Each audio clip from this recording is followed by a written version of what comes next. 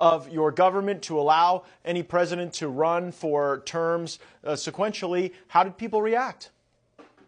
Hi, Matt. Thank you for having me on the show. People reacted extremely energetic and positive about the scenario because for the longest time, the people of El Salvador never had a say whatsoever regarding the future of their country. Now, under President Bukele, democracy has been fortified in El Salvador. But the establishment media wants to portray him as an authoritarian dictator that wants to stay indefinitely in power, which is not the case. A dictator is someone who imposes himself upon the people.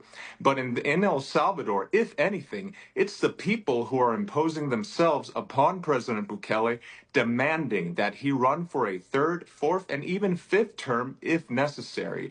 Something that is crucial and very important to mention is that everything President Bukele's government has done is within the legal and constitutional framework of El Salvador. Therefore, no constitution has been trampled upon and no laws are being violated, Matt.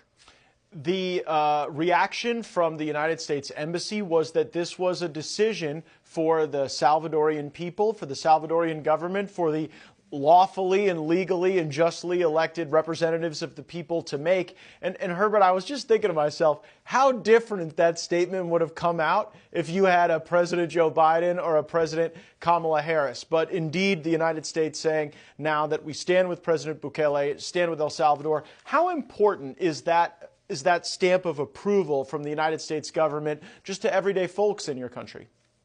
It's extremely important, and it proves that El Salvador is a democracy. El Salvador is not a dictatorship. El Salvador is not oppressing anyone. El Salvador is liberating future generations from the grasp of corruption and crime that El Salvador used to be under.